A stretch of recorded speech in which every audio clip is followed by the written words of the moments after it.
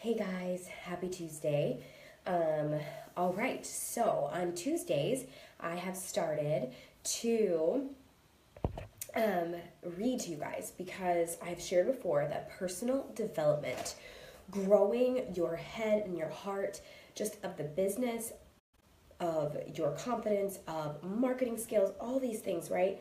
Um, they all matter of your attitude, just everything matters. And so every Tuesday I'm going to read to you guys a little excerpt from some book. It might be the book that I'm reading, it might be a book that I've read in the past, like the one I'm going to read to you today.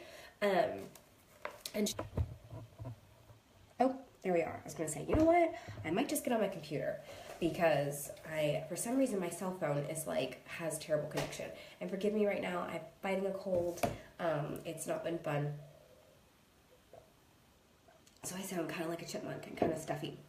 Okay, so some of you have been asking, how do you flip a phone to do the reverse? So like when I show you this book, it's backwards, right? Is it backwards to you guys?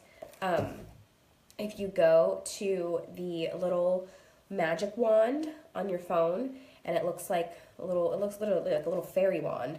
If you click on that, and then you scroll all the way to the right, there are little tools. It looks like a screwdriver and I don't even know I don't know what other tool that is, but you click on that and then you flip your screen. So there we go. So I'm reversed. And you can do it, you can do up and down too. Hey! So you can do either way. But just to let you guys know that some of you were asking. So now, let me see, hold on. Now you can see it. It looks normal, right? Giving candy to strangers. This is the book that I'm reading to you from today. I'm going to flip this back around because it looks weird that way. Okay, so anyways, with all of that being said, all right, so I have been thinking so much. So, of course, yesterday I had shared my activity.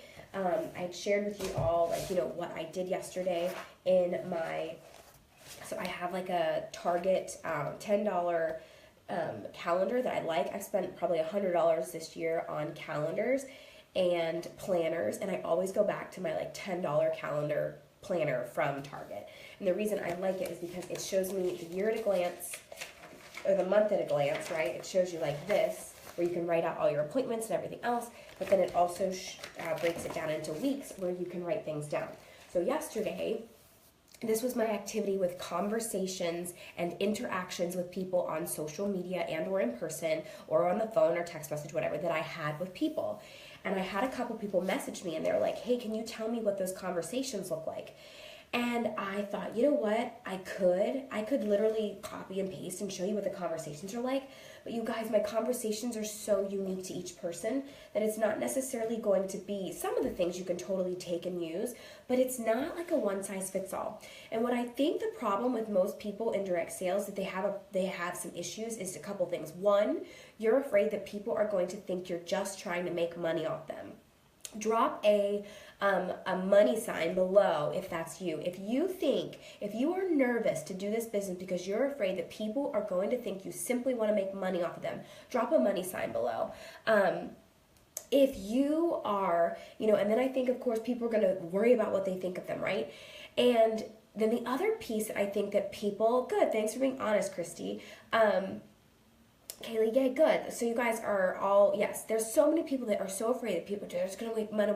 When you walk into Target, do you look at that sign? Do you look at that bullseye and you think, how dare you, Target? You're trying to take my money.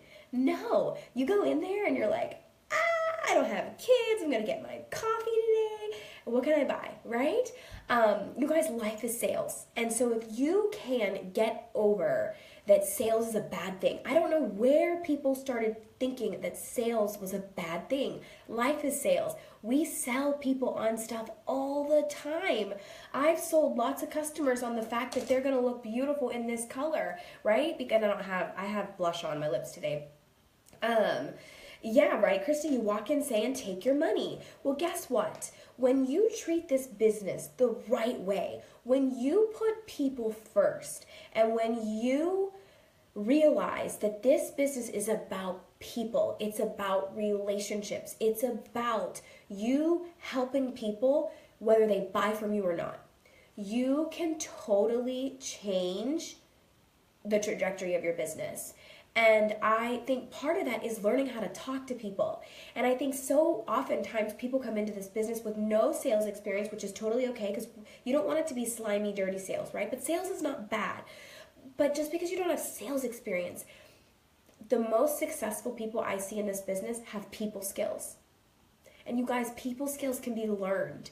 And I know some of you are struggling, like, how do I talk to that person? When you're when you're in Target or the mall or the grocery store, how many of you drop a one below if you have a really hard time just talking to people? Like, you're just like, I don't know what to say, this is awkward, this is uncomfortable, like you just don't know what to say. How many of you drop a 2 below if when you're on social media, you get clammed up and you're like, I don't know what to say to them. What do I write them? You know, Heather says talk to people. My sponsor says I have to talk to people, I have to go get to know people, but what do I say to these people, right? Drop a 2 below if that's you on social media. If you are having trouble talking to people, thanks for being honest, Rachel, you're going to struggle in your business. You guys, this is a people business. You have to network. You guys, if you think just posting a really pretty picture of yourself in some makeup is going to sell everybody on it, you are missing the boat. You are so missing what we're here to do, right? If you think that just posting a really good deal that this month you get $55 worth of free product, do you know I haven't even advertised that yet? Do you know why? Because I don't want lazy people on my team. I don't want people just looking for a quick $55 quick buck, right?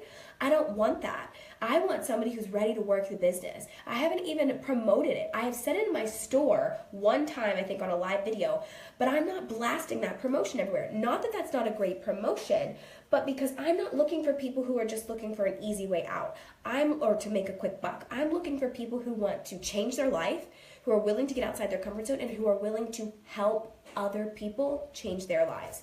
So this is a really good book, Giving Candy to Strangers.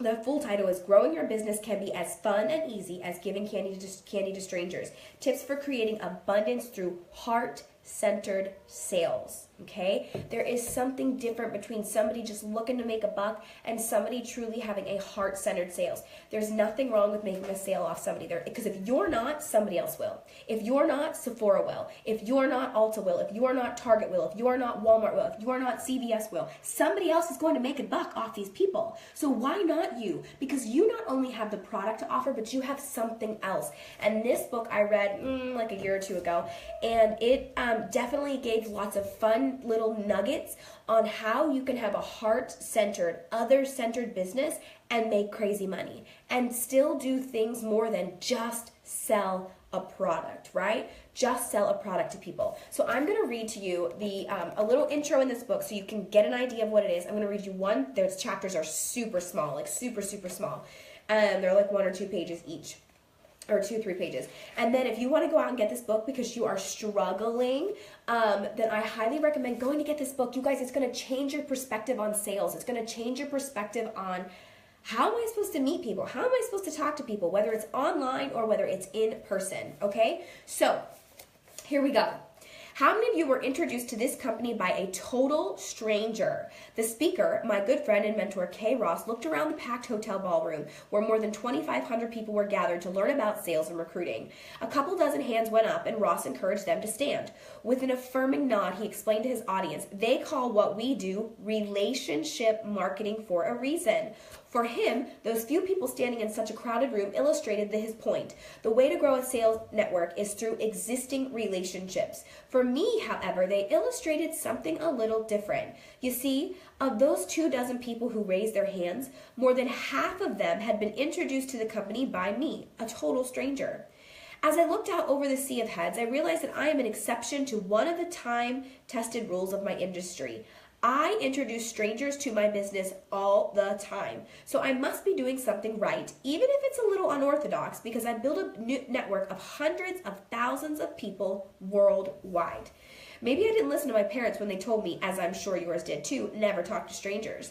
In my adult years, it did not come naturally to me, but now it's one of my favorite things to do. And as for that other common piece of childhood advice, I've turned it on its head. I make a habit of giving candy to strangers on a regular basis.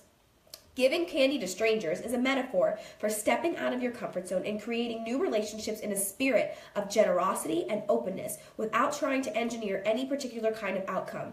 It's about making connections in a creative and fun way. What's the candy, you say? Well, it can simply be your time and attention, or it might be a fun little gift in place of a business card. I'll talk more about this in number 33. Sometimes you won't know what the candy is until you start the conversation and find out how you can help. The point is that you can come to each new connection with an attitude of what can I give rather than what can I get, and you pay it forward with each hand you shake and smile you share. I wasn't always a salesman. As a matter of fact, I once loathed the entire notion. I have, however, always been a connector. My training and talents lie in the field of art and design, and for many years I ran a successful design studio. I lived and breathed by word-of-mouth advertising, and thanks to the connections I built, I had the pleasure of working with many large companies like Disney, Apple, Isuzu, and Warner Brothers. Eventually, however, the economic downturn forced me to look elsewhere, so I turned sales to help provide for my family. I began to apply the lessons I had learned from my creative career to my new profession and was surprised to discover how many of them held true, particularly when it came to building relationships. Business books written by artists are a rarity, and for a good reason. Most artists are not good business people. Business did not come naturally to me either, but I have always brought a spirit of creativity to my profession, and because of that, my design studio flourished and became quite successful. Later, as I applied that same strategy to my sales career, it too flourished and far exceeded my expectations. When I started down the path of sales, I was insecure about the lack of my experience, but I soon realized that my lack of experience was really a blessing, and in fact, my greatest strength. It allowed me to do things creatively and diverge from the norm, and although it might seem like a world of difference between being an artist and being a salesman, the two were less far apart than I might have expected. I like to say that I went from being a creative professional to a professional creative, and the bridge between the two was my unorthodox approach to relationship building. There are many books out there that will teach you how to build business relationships step by step. This is not one of them. Here you will learn to do it without systems, rules, limitations, or barriers. Think of this book not as a recipe, but rather as a menu of creative ideas and ingredients that you can sample, adapt, and combine as you like. And most importantly, have fun while you use it, hence my irreverent humor throughout. It's not a how-to-do guide, it's a how-to-be guide. If you're having fun and meeting strangers in a spirit of generosity, curiosity, and possibility, you will find that before you know it, you'll have new friends, new colleagues, and yes, new sales. As you read this book, I encourage you to put the ideas and suggestions into practice as soon as you set it aside and step out your front door.